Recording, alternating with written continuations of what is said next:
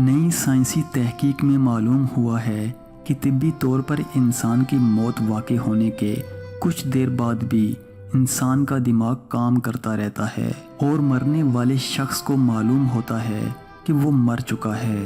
New York के school of medicine के director doctor Sam पार्निया का कहना है कि जब भी इंसानी जिस्म में ज़िंदगी के तमाम आसार ख़त्म हो जाते हैं तब भी इंसानी शऊर कुछ देर तक ज़िंदा रहता है, जिसका मतलब ये है कि इंसान को ये मालूम होता है कि वो मर चुका है।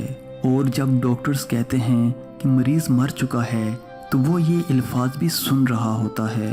डॉक्टर सैम और इनकी टीम इस बात को साबित करने के लिए इन लोगों पर तहकीक कर रही है जिन्हें दिल के दौरे पड़े और तकनीकी एतबार से वो मर चुके थे, लेकिन बाद में इन्हें बचा लिया गया। तहकीक में शामिल चंद लोगों ने बताया कि डॉक्टर्स की जानिब से इन्हें मुर्दा करार दिए जाने के बाद भी वो इर्द गिर्द होने वाली बातें सुन सकते थे और इन्हें मालूम था कि वहाँ क्या हो रहा है। मरीजों की जानिब से बताई जाने वाली बातों की तस्दीक इन डॉक्टर्स और मेडिकल स्टाफ ने भी की जो उस वक्त कमरे में मौजूद थे। तिब्बी तौर पर एक शख्स को उस वक्त मुर्दा करार दिया जाता है जब इसका दिल धड़कना बंद कर देता है और इसकी वजह से दिमाग तक खून की रसाई रुक जाती है।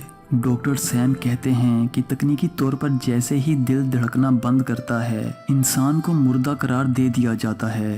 ऐसा होने के बाद खून दिमाग तक नहीं पहुंचता और दिमाग फौरी तौर पर काम करना बंद कर देता है और इंसान कुव्वत समाहत और बसारत से महरूम हो जाता है, लेकिन दिमागी खुलिये कुछ देर तक काम करते रहते हैं। इस बात के भी शवाहिद मौजूद हैं कि जब किसी इंसान की मौत वाक़ई होती है तो इसकी दिमाग से तवानाई का इखराज होता है। 2013 में साइंसदानों ने चूहों पर एक तहकीक की थी।